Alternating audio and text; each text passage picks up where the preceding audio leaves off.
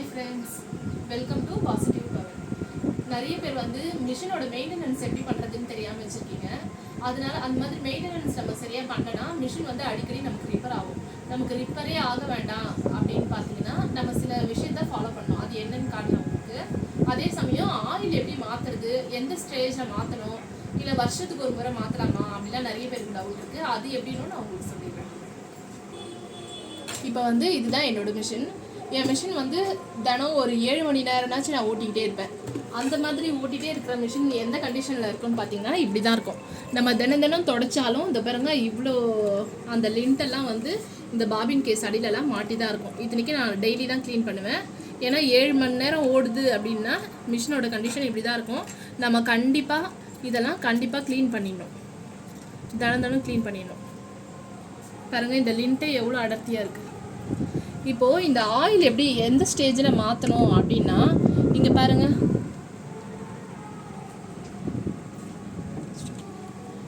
இப்போ ஆயில் வந்து என்னோடய மிஷினில் எந்த ஸ்டேஜில் இருக்குன்னா இங்கே பாருங்கள் ஒரு வேக்ஸ் மாதிரி ஃபார்ம் ஆகிருக்கு. இது பாருங்கள் தெரியுதா? இப்படி எடுத்தால் ஒரு மாதிரி இது பாருங்கள் இந்த ஆரஞ்சு கலரில் ஒரு வேக்ஸ் மாதிரி ஃபார்ம் ஆகிருக்கு. இந்த ஆரஞ்சு கலரில் இங்கே வந்து ஒரு வேக்ஸ் மாதிரி ஃபார்ம் ஆகிருக்கு பாருங்கள். இந்த மாதிரிலாம் இருந்ததுன்னா இதை பாருங்கள் அழுக்கு இந்த மாதிரி இருந்ததுன்னா நம்ம கண்டிப்பாக மாற்றணும். அதுக்குன்னு இந்த ஸ்டேஜ் வந்ததுக்கப்புறம் தான் மாற்றணும்னு கிடையாது. உங்களுக்கு வந்து ஆயில் வந்து எல்லோ கலராக ஆகிடுச்சினாலே நீங்கள் ஊற்றுறப்ப உங்களுக்கு ஒயிட் கலரில் இருக்கும். இருங்கண்ணா இங்கே பாருங்கள் இதுதான் மிஷின் ஆயில் எவ்வளோ ஒயிட்டாக இருக்குது பாருங்கள். இந்த மாதிரி நம்ம வந்து ஆயில் ஊற்றுவோம். ஆனால் அது வந்து எல்லோ கலர் ஆகிடுச்சுன்னா நம்ம வந்து ஆயிலை கண்டிப்பாக மாற்றிடணும். அதுதான் மிஷினோட மெயின்டெனன்ஸ். இந்த ஆயில் வந்து இந்த பாருங்க இது மூலியமாக இந்த ஆயில் வந்து மிஷின் வந்து பம்ப் பண்ணி ஆயில் வந்து இது வழியாக சர்க்குலேஷன் ஆகி இந்த மெக்கானிசம் வந்து ரொம்ப ஸ்மூத்தாக இருக்கும். அதனால தான் நம்ம ஆயில் மாற்றிட்டே இருக்கணும். நம்ம ஆயில் வந்து கரெக்டாக எல்லோ கலர் ஆக மாற்றிட்டே இருந்தோம்னா நமக்கு வந்து மிஷின் எந்த ஃபால்ட்டுமே வராது. அடுத்து நம்ம ஃபாலோ பண்ண வேண்டிய விஷயம் இந்த பாபின் கேஸை எடுத்துடணும். மேலே ஏங்குறேன்னு காட்டுங்க. நம்ம வேலை முடிஞ்சதுக்கப்புறம் பாபின் கேஸை எடுத்துடணும். எடுத்துகிட்டு இந்த கேஸை வந்து தினமும் நீங்கள் வந்து மிஷினை ஆஃப் பண்ணிவிட்டு உங்கள் வேலையை முடித்தோடனே ஆயிலில் இப்படி போட்டு வச்சுருங்க.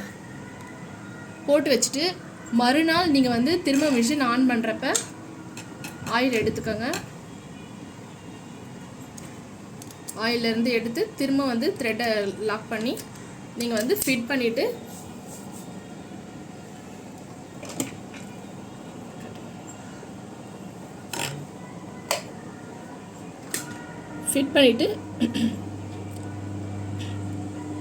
ஃபஸ்ட்டு ஒரு வேஸ்ட் வச்சு அடிச்சிடணும். ஏன்னா அந்த கேஸில் இருக்கிற எக்ஸஸான ஆயில் வந்து அந்த வேஸ்ட்டில் வந்துடும். அதுக்கப்புறம் நம்ம வந்து பீஸை போட்டு அடிக்கலாம். இந்த மாதிரி நீங்கள் ஃபாலோ பண்ணிங்கன்னா கூட உங்களுக்கு மிஷின் ரிப்பேரே ஆகாது. நல்லா மெயின்டெனன்ஸ் நல்லா இருக்கும்.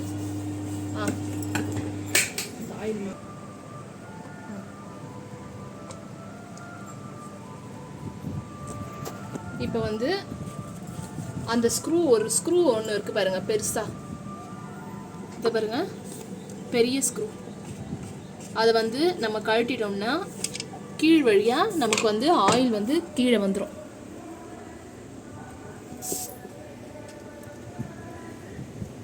நம்ம அந்த அழுக்கான ஆயில் எல்லாத்தையுமே வந்து இந்த ஒரு வேஸ்ட் டப்பாவில் வந்து பிடிச்சி எடுத்துக்கலாம்.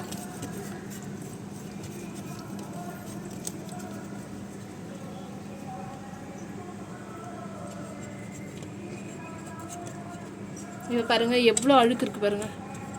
எல்லாத்தையுமே நம்ம வந்து அந்த ஆயிலோடையே கலந்து வெளியே தள்ளி விட்டுறலாம்.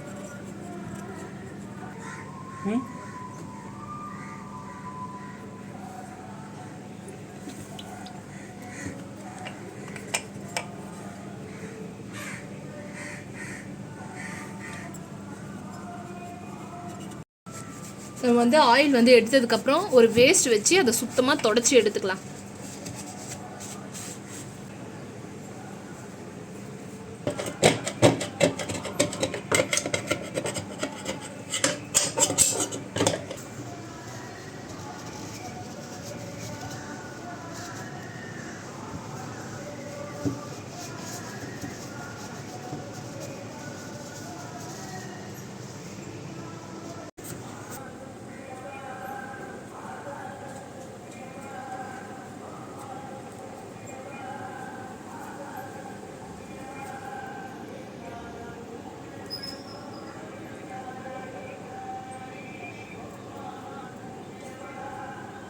இருங்க காட்டுங்க.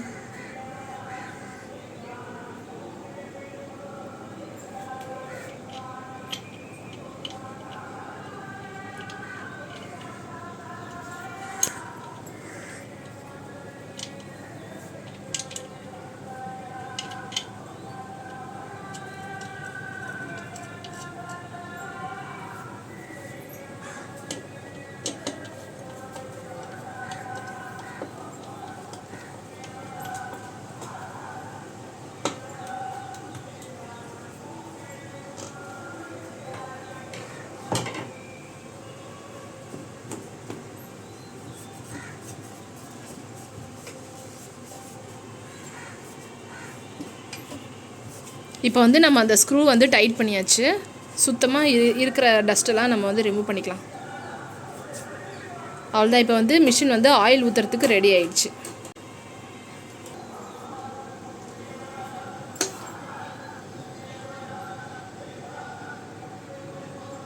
இப்போ அந்த மிஷின்லேயே கொடுத்துருக்காங்க பாருங்கள், லோ ஹைன்னு கொடுத்துருக்காங்க பாருங்கள். அந்த ஜுக்கின்னு இருக்குது பார்த்தீங்களா, அது கொஞ்சம் காட்டுங்க. லோ ஹைன்னு காட்டுங்க கை வச்சு. இது பாருங்கள், லோ ஹைன்னு இருக்குது பாருங்கள். அது வந்து உங்கள் ஆப்ஷனல், நீங்கள் எந்த அளவுக்கு ஆயில் ஊற்றுறீங்கன்றதை பொறுத்தது. நான் எப்போவுமே ஹையில் தான் ஊற்றிருப்போம்.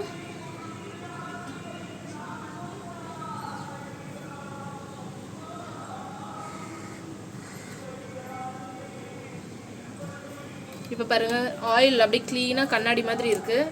இது வந்து எல்லோ கலர் ஆயிடுச்சுன்னா நான் வந்து ஆயில் மாற்றிடுவேன். அது 3 மாதம் ஆனாலும் சரி, 6 மாதம் ஆனாலும் சரி, எல்லோ கலர் ஆயிடுச்சுன்னா நான் அந்த ஆயிலை ரிமூவ் பண்ணிவிட்டு நம்ம வந்து ஆயில் கண்டிப்பாக மாற்றிடணும். 1 வருஷத்துக்கு ஒரு முறை, 2 வருஷத்துக்கு ஒரு முறை அந்த மாதிரி ஆயில் வச்சுருக்கக்கூடாது. எல்லோ கலர் ஆயிடுச்சுனாலே அதோட இது மாறிடும். அதனால் நம்ம வந்து ஆயில் மாற்றிடணும்.